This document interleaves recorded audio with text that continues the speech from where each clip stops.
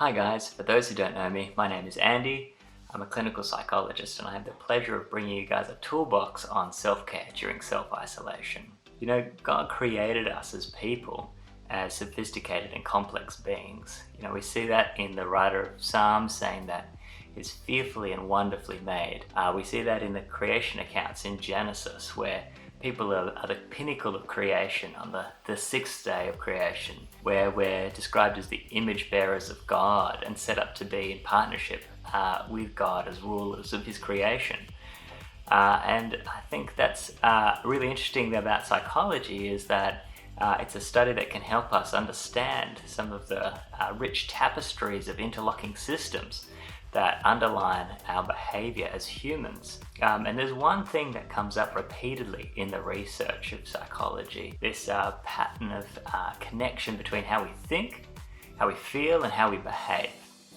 They did an experiment that I think really illustrated this well for me, which I'll share for you guys, where they got people together and they said, we've got these headphones and we want to market them to the fitness industry. And so what we want you to do is we want you to wear them, listen to some music on them, and we want you to simulate jogging and then let us know what the experience was.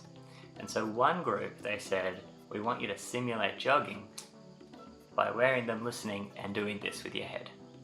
And the other group, they gave them the headphones and they said, we want you to simulate jogging by doing this with your head.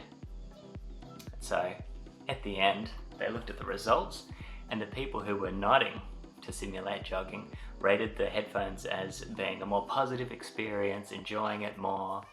And you can see this interesting connection between like a really simple change in people's behavior that has a ripple-on effect on how they think, how they feel, their attitudes about how they experienced something as simple as headphones. Now we're faced with this idea of self-isolation that can have a big change, a dramatic change on our behavior day in, day out. And any change of this level that continues over a period of a month can have a really marked impact, an established impact on our patterns day to day. And you know, as disciples, we're warned to be careful about this. Romans 12, they talk about do not conform any longer to the patterns of this world. And the implication of that is that we need to be mindful, we need to be intentional and purposeful about the patterns that we have in our lives. And I think that does apply here as well, into what's going to take care of ourselves mentally and emotionally, as well as spiritually, during self-isolation. So if we look at our behavior, our actions, there's three components, three ingredients that help with actions and behaviors that help our mood and our general well-being. And we use an acronym ACE to remember these ingredients. And so the A in ACE stands for achievement. So activities that bring a sense of achievement, a sense of mastery, are really helpful to us as people. If you think about what an achievement activity would be, it'd be one where you finish the activity and the activity itself might not have been the most enjoyable thing, but you look back at it and you feel a sense of, I've completed something, I've progressed something, I've created something. So examples of achievement activities are going to differ from person to person. For some people, there's that feeling after you clean something, you do the washing up, you see the finished result and you feel like that's a job well done. Or cooking for some people can be an achievement activity. You have raw ingredients and then you put them all together and you have this beautiful dish. It's something worth taking a photo of even. That's an achievement activity. I think in terms of what we can do to kind of build these into our lives during self-isolation is it's good to have projects. It's really healthy to have something you're working towards and building and contributing during this time. And there's been a lot of great examples of projects that we can get into from the other Toolbox videos. So I encourage you, if there's something that stood out to you or resonated with you from one of the Toolbox videos, jump on that as your project during self-isolation. Make that your mission to build in, to grow.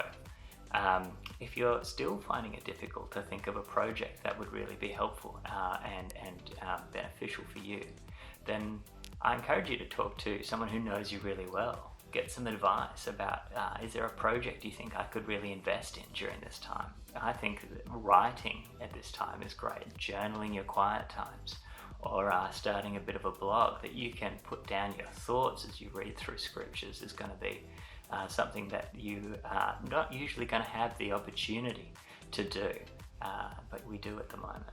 The C in our acronym ACE stands for connection. So activities that build a bond between us and other people are really helpful for our mental and emotional well-being.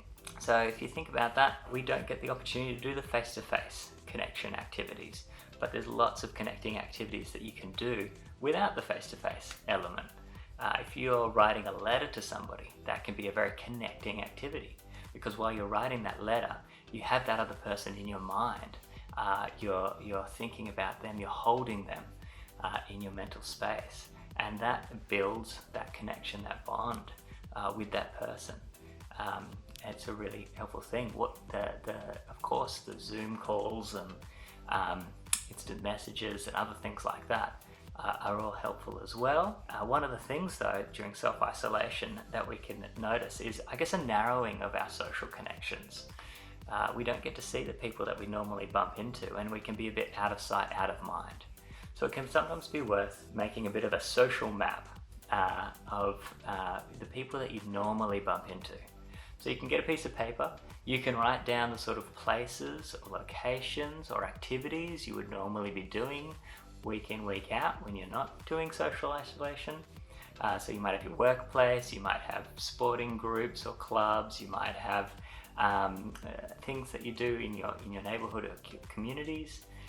And then against those activities, just list the names of the people you would normally interact with. And that might help you see people who you connect with, who have fallen off your radar and might appreciate a text or something like that at this time. Or it might be actually good for you to be reconnecting with those people. And finally, the E in ACE stands for enjoyment. You know, God made this world to be enjoyable, not just functional. And that's a great blessing. So I think enjoyment activities can be a little bit easier for us to identify, but not all activities we think of as enjoyable bring us a lot of enjoyment. If you think about binge watching TV, sometimes that's a lot of fun, but sometimes we actually feel worse off at the end of that than we did before. Sometimes that's just because we don't have the achievement and the connection aspects to our life, and we've drowned it all out with the enjoyment. But sometimes it's good to kind of reflect on how enjoyable was that, where I was just spending my time, my me time. Anyway, these are three elements that I hope you guys find useful, that they can help inform a little bit about what you're doing during this time. I think it's important to remember that it's not just behavior that's going to impact how we're doing at this time. There's a lot we could think of and talk about when it comes to our thoughts. You know, that passage in Romans 12 that talks about not conforming to the patterns of this world also talks about the renewing of our minds. That's how it answers that problem. And we're getting a lot of information at the moment that can be really disheartening or really pessimistic, and help us catastrophize, make us feel uncertain. We can get a lot of worries at this point in time.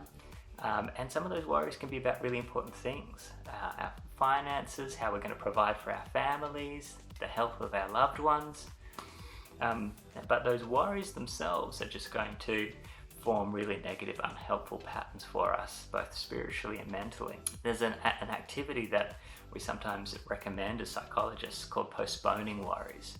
I think as disciples we can take it a step further. We can postpone our worries. When a worry comes up, writing it down, put it in your phone. I'm really worried about how I'm going to manage my mortgage repayments. I'm really worried about the health of my parent. I'm really worried about how this is going to impact X, Y, and Z. Write it down as it comes up. It's acknowledged as something that's important, but then put it out of your mind until a time when you can stop and you can put everything else aside and you can pray. Pull out your worry list at that time, which is then going to be your prayer list, and go through these worries. You know, we're encouraged to bring our anxieties, cast our worries onto God through prayer and petition. And so that's a great way to do that. Pray through them. Give yourselves 15, 30 minutes, whatever it's going to take to get through your list. And then at the end, that's been given to God. You can let go of that, and any worries that come up, just write them down until your next prayer time. And if you can do that just once a day, limit that worry time to once a day, a connection with God and casting those onto God rather than just having those running through your head constantly through that day. That's going to be really helpful for your mental health. I hope you found these tools today useful in taking care of yourself during these times. I miss seeing you all face to face. I look forward to being able to do that soon. In the meantime, I've enjoyed these creative ways that we've been able to connect, and I hope to see more of it. Until then, cheers.